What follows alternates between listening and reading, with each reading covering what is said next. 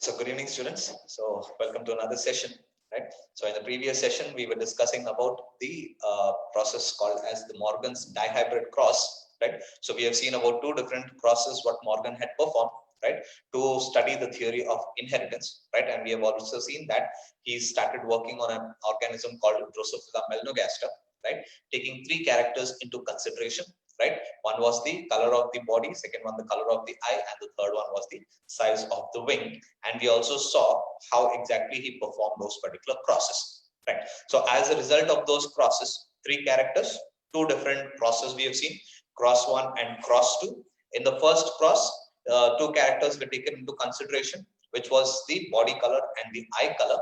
So if you see these two characters, that is the body color and eye color, we saw that both the genes responsible for these two characters were present on the X chromosome, and the distance between the two genes was very, very less. So as a result of which, after the cross was performed, what he observed in the F2 progeny was almost 98.7% were said to be resembling the parents, and only 1.3% were recombinant. Similarly, he performed the second cross also, taking again two different characters. One was the eye color, and the second one was the shape, size of the wing. So these two genes were also located on the same chromosome, that is the X chromosome, but the distance between these two genes was actually more. So as a result of which, after performing the cross, Morgan identified that in the second cross, that is the second condition, what he observed was the number of parental types were said to be 62.8%, whereas the number of recombinants obtained were said to be 38.2%, right? So that was what we have seen in the previous session, right? So as per Mendel's observation, what we can find out is, or what we can conclude is, if the distance between the two genes is less, right? So that shows that the genes are highly linked together, right? The bondage or physical association between the genes is said to be more, as a result of which the extent of crossing over would be less. Now, if the extent of crossing over is less, the number of recombinants obtained would also be less. So that was the first observation what he made. Second observation what he made was, as the distance between the two genes increases, right, as the distance between the two genes would increase, the extent of crossing over again would increase, as a result of which there is new combinations seen in the progeny. Because of which the number of recombinants are said to be more. So that was the final conclusions which Morgan had done after performing his dihybrid cross experiments in case of Drosophila melanogaster. So today let's get into one more topic, which is actually called as the polygenic inheritance. Polygenic inheritance. So what exactly is this polygenic inheritance all about? So let us take up a few things with regards to this polygenic inheritance, right? So before we actually get into this polygenic inheritance, so let us see a few things, the introductory part of this polygenic inheritance, right? So all the phenotypic traits that are obtained in an organism, right? So try to understand this. All the phenotypic traits obtained by in an or what we can say, we can put it this way, all the phenotypic traits of an organism falls into two different kinds, right? So there are two different kinds of phenotypic traits in all of the organisms. The first one we call it as quantitative inheritance. The first one would be termed as qualitative inheritance. Qualitative inheritance. The second one would be termed as quantitative inheritance.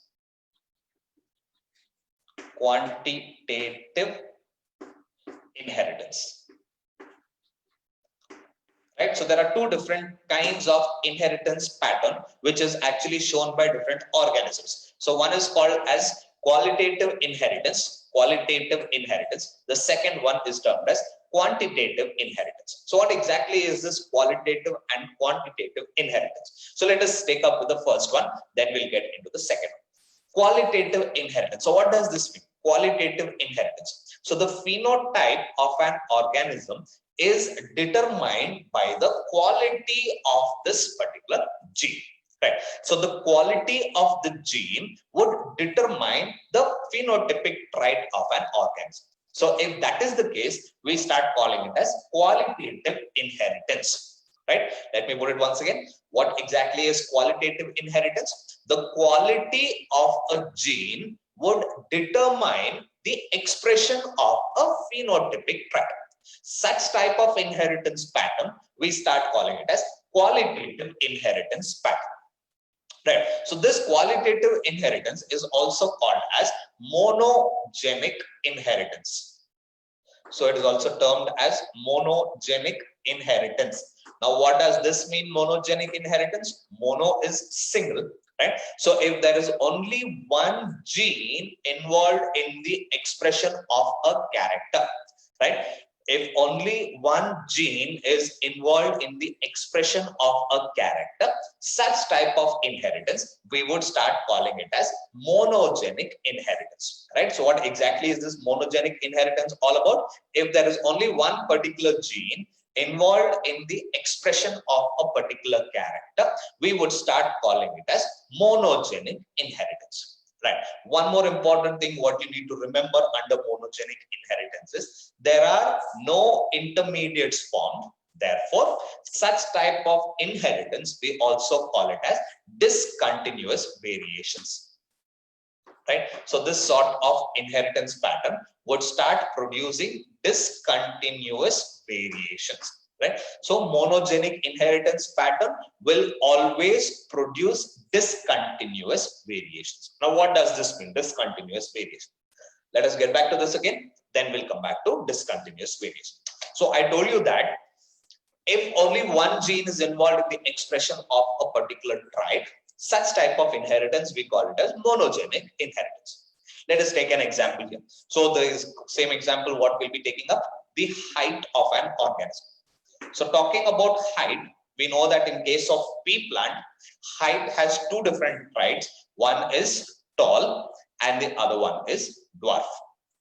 Right? So a tall trait as well as a dwarf trait. So two different traits. If you see the genetic combination or if you see the genetic makeup of this particular tall trait, it would be either capital T, capital T. Dwarf would be small t as well as small t. Right. So this is one extreme and this is one extreme. Right. Now, if we take capital T and small t, according to few statements, according to a few scientists, what they say is this capital T and small t, since it has one dominant allele and since it has one recessive allele, it should show some sort of intermediate variations. That was actually even Mendel also was expecting while performing his monohybrid cross. So when he started crossing a tall plant and a dwarf plant in the F1 generation, he was actually expecting a intermediate height plant. But to his surprise, he did not get an intermediate height, but all the plants in the F1 generation were said to be tall. Right. So since there is no intermediates involved in this sort of inheritance pattern, we start calling it as a discontinuous variations. Right. So there are only extremes here. One extreme is tall, the other extreme is said to be dwarf. So there is no intermediate in between. Since there is no intermediate between tall as well as dwarf, such type of variations, we start calling them as discontinuous variations. Right? So monogenic inheritance always would produce discontinuous variations. Right? Qualitative inheritance. So what does that mean? Qualitative inheritance. The quality of this particular gene would determine the phenotype of an organism. Right. So if a quality of the gene represents or determines the phenotype of an organism, such type of inheritance pattern, we start calling it as qualitative inheritance pattern. So one such qualitative inheritance pattern would be monogenic inheritance, where there is only one gene involved in the expression of a particular phenotypic trait. Just like the example what we have seen. Right? So this is what we have with the first type of inheritance pattern, which is called the qualitative inheritance. Under that, we have monogenic inheritance. So I hope clear with this, right? Next, getting into quantitative inheritance. So what does this mean here? The quantity of genes would determine the expression of a particular phenotype. right? So the quantity of genes would determine the expression of a phenotype. In case of qualitative inheritance, what did we say? The quality of a gene determines the expression of a phenotype. Whereas in the second case, it is the quantity of the gene that is responsible for the determination of a phenotype. So this we start calling it as quantitative inheritance pattern. Right. So let us see what exactly is this quantitative inheritance pattern. So under quantitative inheritance pattern, we can talk about something called as polygenic inheritance. So this is our actual topic today, what we'll be taking up. We call it as polygenic inheritance. So just like what we have seen with regards to monogenic inheritance. So here poly means many, genic something related to genes. So if there are more than one gene responsible for the expression of a particular phenotypic trait, such type of inheritance pattern, we start calling it as polygenic inheritance. Right? So what did we say in case of monogenic inheritance? There is only one gene involved. Right? There is only one gene involved, and that gene would determine the expression of a particular trait, phenotypic trait. But here there is more than one gene which is responsible for the inheritance of a particular trait or the expression of a particular phenotypic trait. Such type of inheritance pattern we start calling it as polygenic inheritance. Right? So polygenic inheritance falls under the category called as quantitative inheritance pattern. So now let's take up with this polygenic inheritance. But before that, again, a quick look back of what exactly is qualitative and quantitative inheritance. Qualitative inheritance, the quality of the gene would determine the expression of a particular phenotypic trait. So we have seen about monogenic inheritance under that. Right? So when we say monogenic inheritance, what does that mean? There is only one gene involved in the expression of a phenotypic trait. So if only one gene is involved in the expression of a trait, we start calling it as monogenic inheritance. Things what you need to remember, monogenic inheritance always produces discontinuous variations. Why it always produces discontinuous variation? Because there are no intermediates seen in such type of inheritance pattern. Right? So there are no intermediates seen in such type of inheritance pattern. As a result of which, we start calling it as discontinuous variations. Talking about quantitative inheritance, the quantity of the gene here would now determine the expression of a particular trait. Right? So under that, we are talking about polygenic inheritance. So what exactly is polygenic inheritance? Poly is many. So if there is more than one gene responsible for the expression of a particular phenotypic trait, such type of inheritance we start calling it as polygenic inheritance pattern. Right? So let's begin with this polygenic inheritance pattern. Right? So let us take up with polygenic inheritance in detail and see a few things with regards to polygenic inheritance. Right? So the first thing, as we have already seen, what exactly is polygenic inheritance? If there is more than one gene responsible for the expression of a particular character or for a particular phenotypic trait, we start calling it as polygenic inheritance. Right. Now, this concept of polygenic inheritance was first given by a scientist by name Carl Reuter. So Carl Reuter was the scientist who first came up with this idea called as polygenic inheritance. Right. So this polygenic inheritance would always produce continuous variations. Right. So they would always produce continuous variations. Right. So just like what we saw in case of monogenic inheritance, right? In monogenic inheritance, we said that monogenic inheritance would always produce discontinuous variations because there are no intermediate seen. Whereas in case of polygenic inheritance would always produce continuous variations because there are a lot of intermediates seen during this sort of inheritance pattern. Right? So there are a lot of intermediates in. So once we'll take up one example, then you'll get a clear picture of what exactly is this continuous variations all about. Right? So best example what we can take for studying polygenic inheritance is the skin color in case of humans. Right? So the skin color in case of humans. So let's take up with this particular examples, right? The skin color in case of humans, and we'll see how exactly the skin color is being inherited from one generation to the other generation. So the example of polygenic inheritance, what we are going to study is with regards to the skin color in case of humans. Right.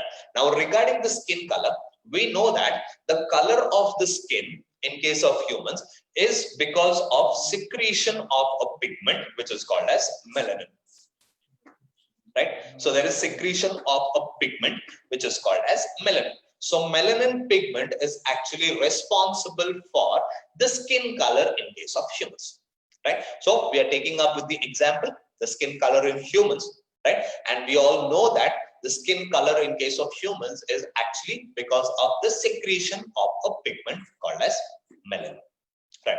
Okay. So before we actually go into this examples, there are other names also given for polygenic inheritance. So I can just take down those names, then we'll get into the inheritance pattern of skin color in case of humans. Right. So polygenic inheritance is also called as Galton's inheritance. It is also called as Galton's inheritance. Right. Along with that, it is also known as cumulative inheritance. I'll tell you why it is called cumulative inheritance also. So it is also called as cumulative inheritance. So there is one more name also given for it. It is also called as multigenic inheritance. Polygenic or multigenic inheritance. So these are the other names which are actually given for this sort of inheritance pattern. Polygenic inheritance or Galton's inheritance or cumulative inheritance or multigenic inheritance. Right. So this sort of inheritance pattern was first given by a scientist by name Qualitative, and things what you need to remember, polygenic inheritance always would produce continuous variations. Right. So this is what we have. Now let's get into the example of skin color in case of humans. Now, in case of humans, the skin color is controlled by 3 genes.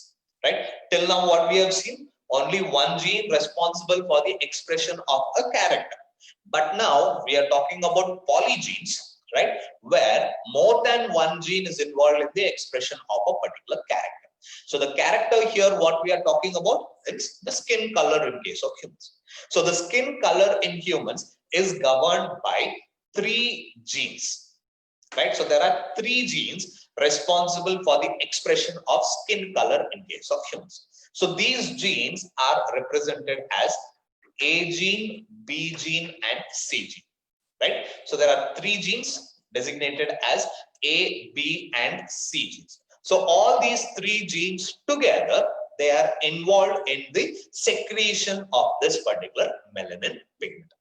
Now, we know that since there are 3 genes, the total number of alleles here would be 6 alleles, right? So 3 genes shows there are 6 alleles, right? So these alleles could be capital A, capital A, capital B, capital B, capital C, capital C. So this is one possible combination C. Now, if you see in this condition, there are all 6 alleles are said to be dominant, right? All 6 alleles are said to be dominant.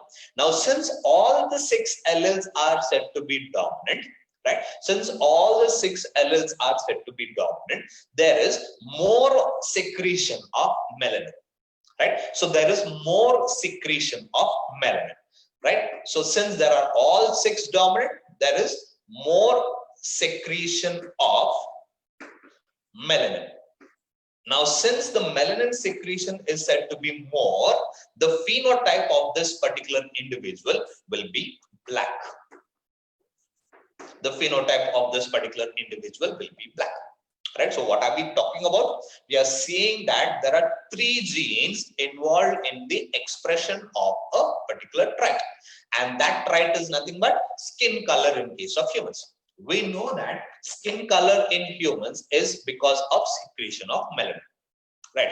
Now, this melanin secretion is regulated by 3 genes, gene A, B, and C. Right. If all are said to be dominant, if all the alleles of these 3 genes are said to be dominant, then maximum production of melanin is seen. More amounts of melanin is being secreted. Maximum amount of secretion of melanin is seen. Now, since melanin secretion is said to be maximum, the phenotype of that individual would be black. Let's get to the other extreme here. Let us talk about the other extreme here. Let us say all the alleles are said to be recessive. So this is the second condition here. These other extreme. So that is one extreme and this is the other extreme. Let's say all the alleles are said to be recessive. Now, if all the alleles are recessive, the number of dominant alleles here is 0. So there are 0 dominant alleles. Now, since there is no dominant alleles being present, there is no melanin secretion. There is no melanin secretion. Now, since there is no melanin secretion, now this individual will not have any melanin pigment and the person would be very, very white or very, very fair. Such type of individuals, we start calling them as albino. Right? Albino is the ones where there is no melanin secretion at all. So this is one extreme where all 6 alleles are said to be dominant. This is the other extreme where all 6 alleles are said to be recessive. When all the 6 are dominant, there is maximum secretion of melanin, as a result of which the phenotype appears to be black. Whereas if all the 6 are recessive, so there are no dominant alleles at all, there is no melanin secretion. Since there is no melanin secretion, the individual will be very, very fair or very, very white, and such type of individual we start calling them as albino. Right. Now, in between these two, there is one more condition C, where the condition would be heterozygous for all the 3 genes. Right? Heterozygous for all the 3 genes is capital A, small a, capital B, small b, capital C, and small c. So here it is said to be heterozygous for all the 3 genes. Now, in this condition, how many alleles are said to be dominant? There are 3 dominant alleles being present. There are 3 dominant alleles being present. Now, since there are 3 dominant alleles, melanin secretion would be minimal, not minimal actually, it will be said to be medium. So there is intermediate secretion of melanin. Intermediate secretion of melanin. Now, since there is intermediate secretion of melanin, right? Since there is intermediate secretion of melanin, now this type of individual, the phenotypic trait of this individual will again be intermediate. Right? So the phenotypic of this particular phenotypic trait of this particular individual would be again intermediate. Right? So this is what we have. One extreme where all 6 are dominant. Right? And that is the case, maximum melanin is secreted. Therefore, the individual is very black. The individual is very, very dark. We usually call it as black. The other extreme where all 6 are recessive. Since all 6 are recessive, there is no melanin secretion at all. Since there is no melanin secretion, the individual will be very, very white. We start calling such individual as an albino individual. The third condition would be intermediate between these two. Right? All dominant, all recessive. In between, all heterozygous for all 3 conditions. In this condition, what we have is, since there are 3 dominant alleles being present, right? Since there are 3 dominant alleles being present, there is intermediate amount of melanin is being secreted, right? As a result of which, the phenotype of such individual will again be intermediate, right? So if you see, there is some sort of continuous variations happening. Black is one extreme, albino is one extreme. So in between black and albino, there is one more individual or one more phenotypic type, which is called intermediate. We also call polygenic inheritance as cumulative inheritance. So what does that mean, cumulative inheritance? There is adding up of all the dominant alleles. Now, based on the number of dominant alleles being present, right, the phenotypic trait would be determined. Right? So based on the number of dominant alleles present, the phenotypic trait again would be determined. So if you see here, 6 dominant, black, more secretion of melanin. 3 dominant, intermediate phenotype. 0 dominant, again, there is no melanin secretion at all. So again, the individual here is said to be albino. Right? So this is what we call it as cumulative effect, or there is some sort of cumulative inheritance pattern is seen in such type of polygenic inheritance. Now, one more thing what you need to remember, between this one extreme and this one, 3 dominant, there are certain intermediates again seen between these two. Where 6 dominant is seen, there would be 5 dominant, there would be 4 dominant, then there would be 3 dominant. Again, in between this, all 3 heterozygous and all recessive, again, there are 2 different traits seen where there would be 2 dominant alleles, where there would be 1 dominant allele. So there is some sort of continuous variations happening, right? So this is what we have with regards to skin color in case of humans. So this skin color in case of humans, regarded as polygenic inheritance, was first explained by a scientist by name Davenport.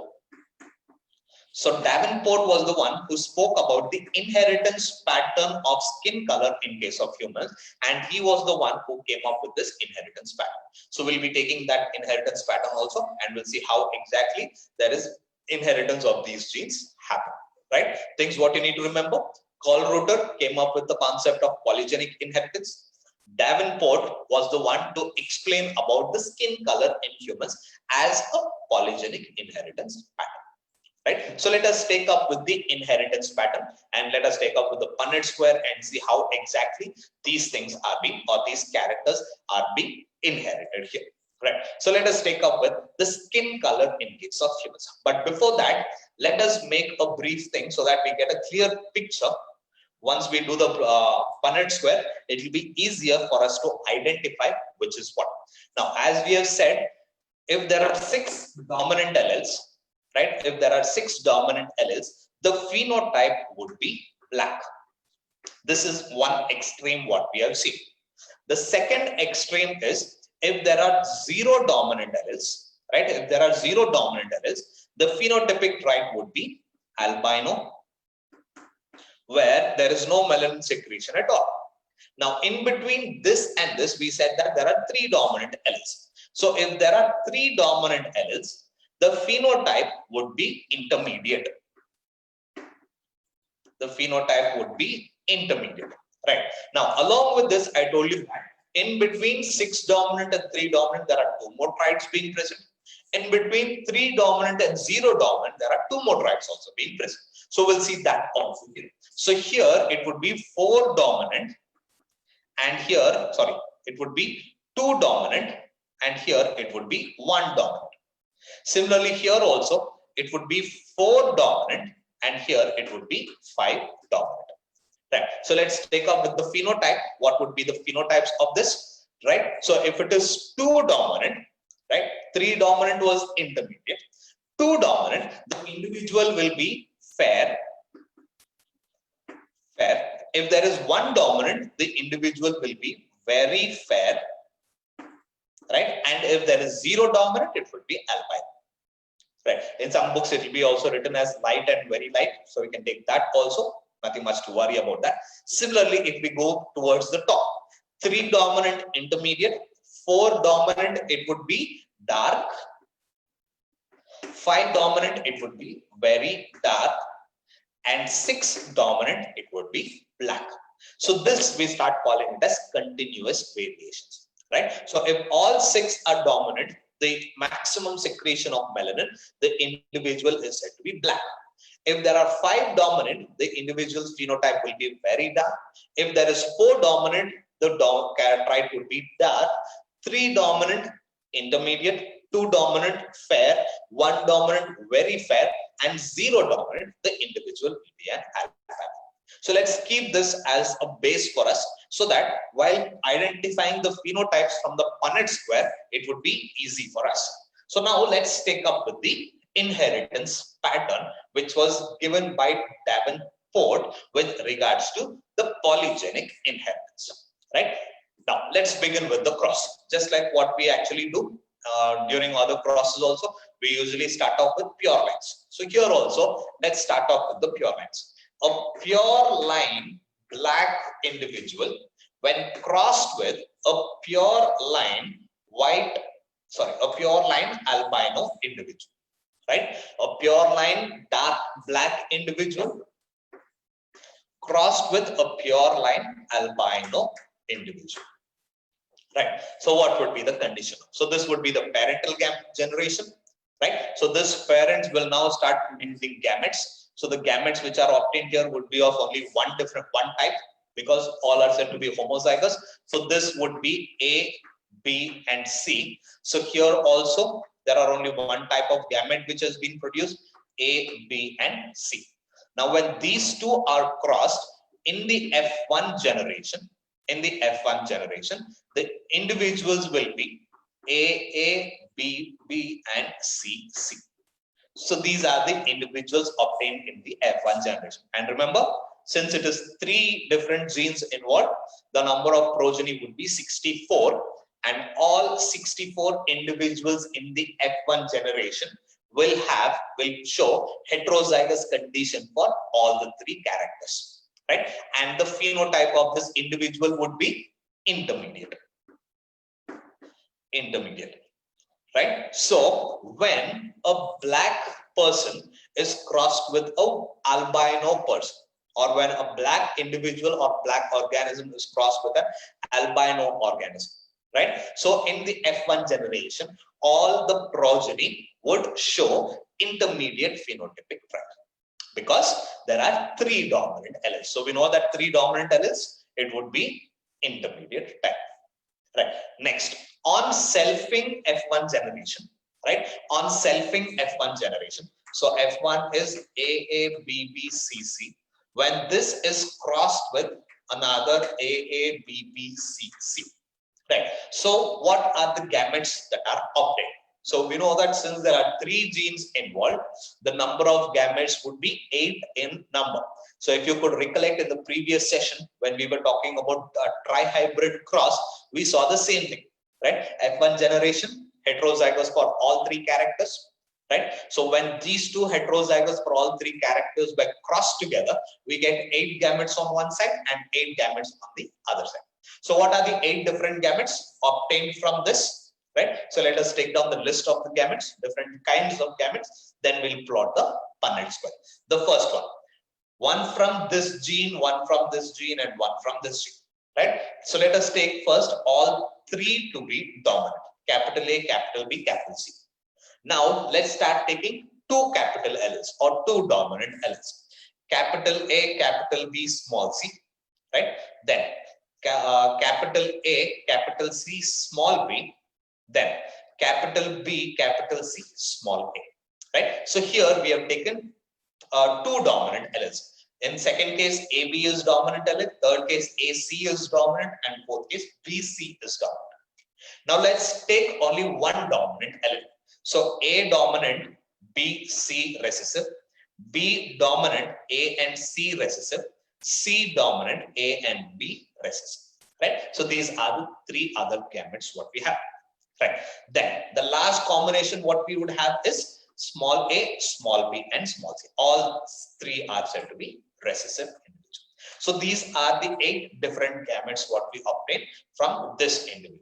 Similarly, this individual also will start producing 8 different gametes, right? So let's start making the Punnett square. So the Punnett square here would be quite big, because the total number of progeny obtained would be 64 progenies. So we have to make a big Punnett square here, so that we'll be able to identify the phenotypes of all of these 3 individuals, right? So let's start making the phenotypes, a Punnett square here.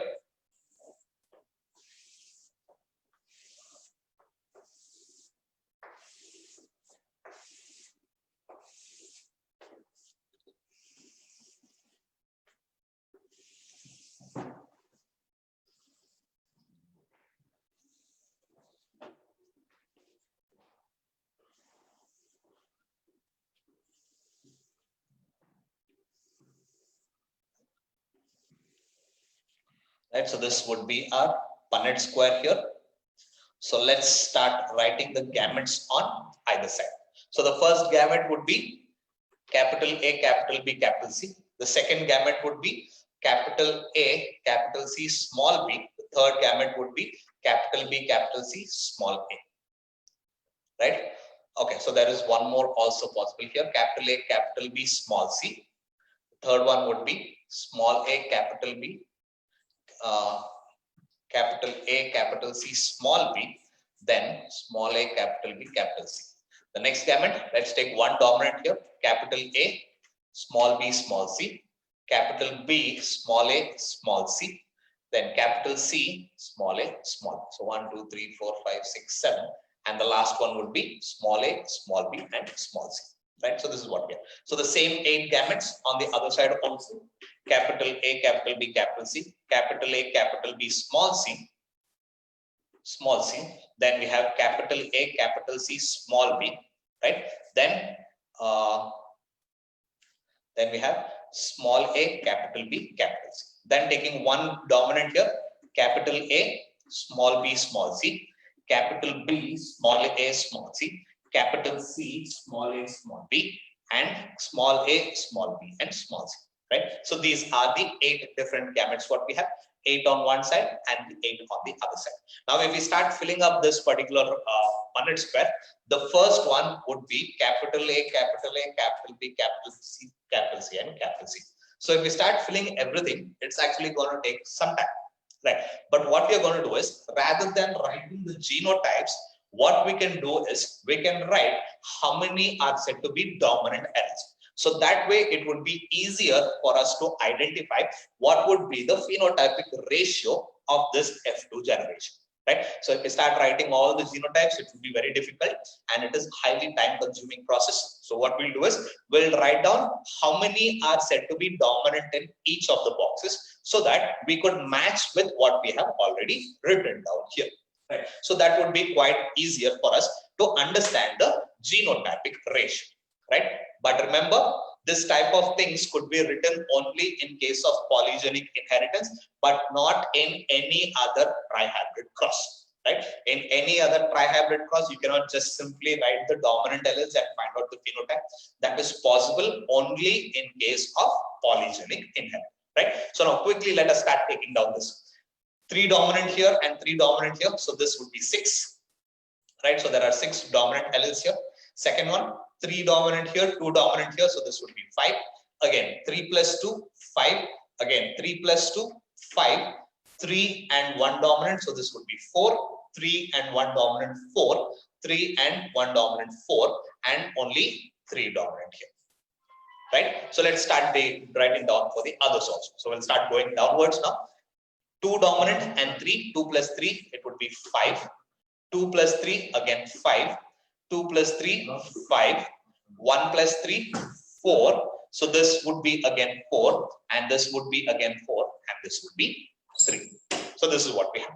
Next, talking about the second one. 2 here and 2 here. So this would be 4. 2 and 2, again 4. 2 and 2, 4. 2 and 1. So this would be 3. So this would be again 3. 1 and 2, 3 again here. So 2 and 0 here. So this would be 2 here. So when you're writing these numbers, you need to be very, very careful, because 1, if you miss out also, the entire ratio will be missed out. Again, 2 here and 2 here. So this would be 4. So this again 2 plus 2, 4. Again 2 plus 2, 4. Again 1 plus 2, 3. 1 plus 2, 3. This one again 1 plus 2, 3. And then 0, and here would be 2 again. The next one, 2 plus 2, again 4 here.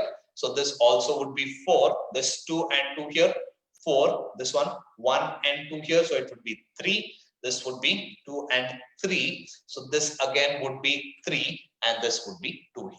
Then next one, 2 and 1, 3. Then 2 and 1, 3 here. Then this also 2 and 1, 3. Then 1 and 1, 2. So this again 1 and 1, 2. So this again 1 and 1, 2. And this would be only 1 here. The next one, 1 plus 2. So this would be 3. 1 plus 2. Again 3. 1 plus 2, 3 again. So 1 plus 1, it would be 2. So here also it would be 2. And this also it would be 2. And here it would be 1. The next one, 1 here and 2 there. So this would be 3. So 1 plus 2, 3, 1 plus 2, 3, 1 plus 1, 2, 1 plus 1, 2, 1 plus 1, 2, and 1, only 1 here. The last one would be 0 and first this is already done. So 0 and 2. So this would be 2, this would be 2, this would be 2, This would be 1, this would be 1, this would be 1, and this one would be 0.